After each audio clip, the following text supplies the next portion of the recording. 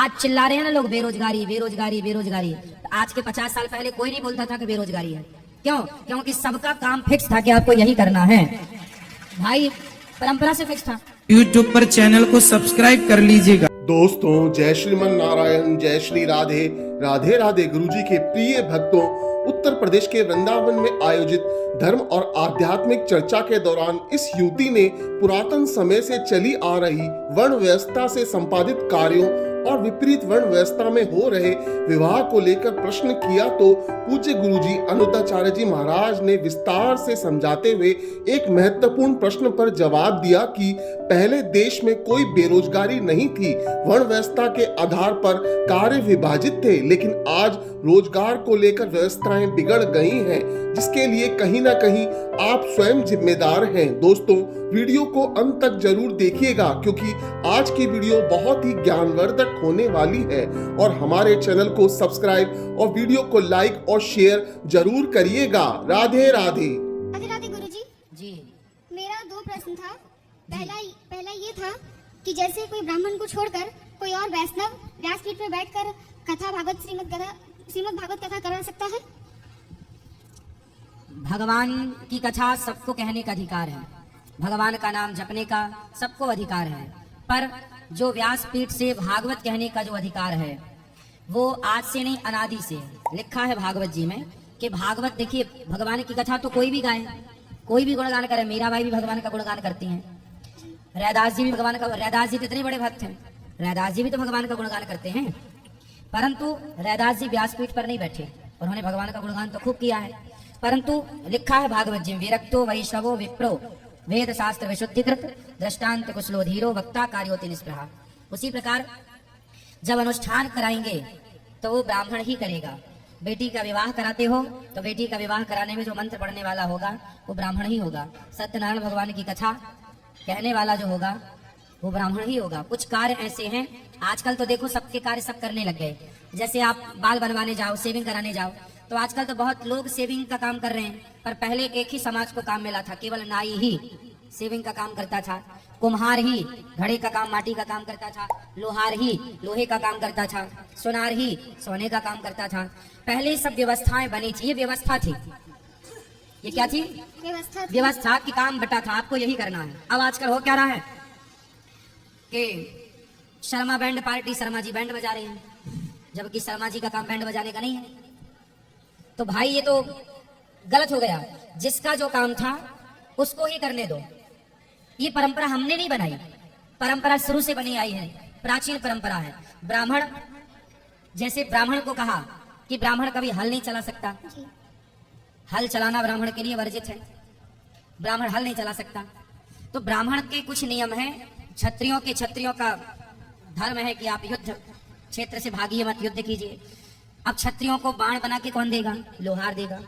कवच बना के कौन देगा? मतलब सबकी व्यवस्थाएं हमारे देश में। आज चिल्ला रहे हैं ना लोग बेरोजगारी बेरोजगारी बेरोजगारी। आज के 50 साल पहले कोई नहीं बोलता था कि बेरोजगारी है। क्यों? क्योंकि सबका काम फिक्स था कि आपको यही करना है भाई, परंपरा से फिक्स था।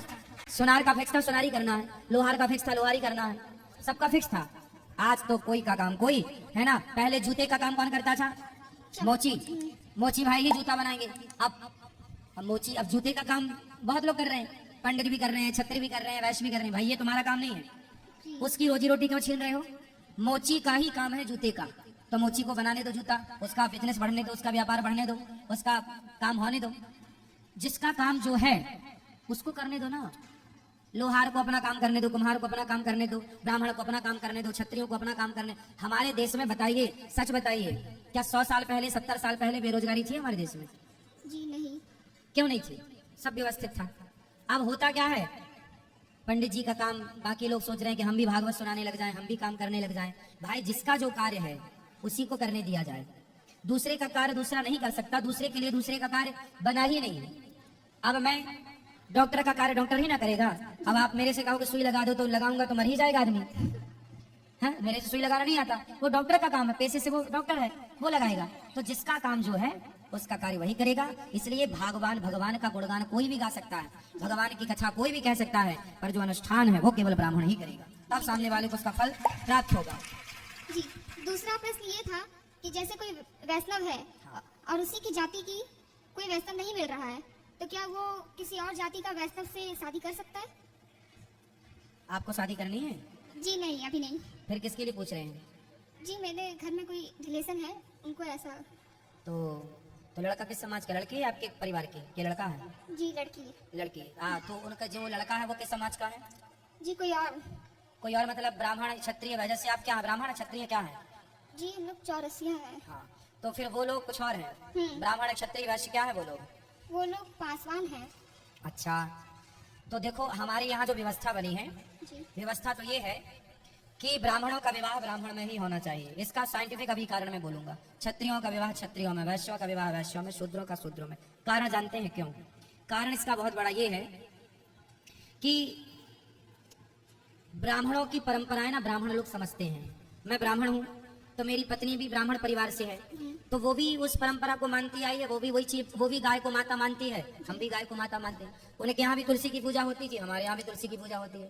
तो क्या हुआ, उनके यहाँ भी भगवान जी की पूजा होती थी, हमारे यहाँ भी होती। तो इससे क्या हो गया, तुरंत हम लोग मिल गए, मतलब बहुत ज्यादा दिक्कत नहीं हुई। अब जैसे कोई हिंदू कर ले शादी मुसलमान से, उदाहरण, तो क्या होगा, हिंदू तो गाय को माता मानता है, तुलसी की पूजा, और मुसलमान गाय को मार के खा जाता है। तो अब बताओ, जो आदमी हम गाय की पूजा करने वाली लड़की और गाय खाने वाले के संग ब्याहेगी, तो कैसे उसका मिलाप होगा, कैसे उसका जीवन गुजरेगा? उसका हृदय नहीं दुखी होगा जब उसके सामने गाय कट रही होगी? रोएगी नहीं वो। तो विवाह वहां करना चाहिए जहां हम दोनों के विचार मिलते हों। तो ब्राह्मणों के विचार ब्राह्मणों से मिल जाते हैं, क्षत्रियों के विचार क्षत्रियों से मिलते हैं, वैश्यों के विचार, भाई वैश्य क्या होता है, व्यापार करता है। तो शुरू से व्यापार में पली बड़ी लड़की है, व्यापार को देखा है, और व्यापारी से ब्याही जाएगी तो व्यापार को समझती है। अब वैश्य की लड़की पंडित जी के घर आ जाए, तो व्यापार करने वाली पंडित जी के घर आएगी तो पंडित जी भीख मांग के लाएंगे, चलो झोला खाली करो, उससे ना हो पाएगा ये सब। इसलिए उस क्षत्रिय वैश्य की लड़की को वैश्य का लड़का चाहिए, और शूद्र की लड़की को शूद्र का लड़का। यदि आपने मिसमैच किया तो व्यवस्थाएं बिगड़ जाएंगी। उदाहरण समझो, गुलाब का फूल होता है, लाल कलर का है, और यदि आपने एक लाल गुलाब को, रेड गुलाब को व्हाइट गुलाब के साथ कलम जोड़ दी, तो उससे जो तीसरा गुलाब होगा फिर वो किस कलर का होगा? पिंक होगा। मतलब ना वो सफेद रहा ना वो लाल रहा, वो तीसरा हो गया।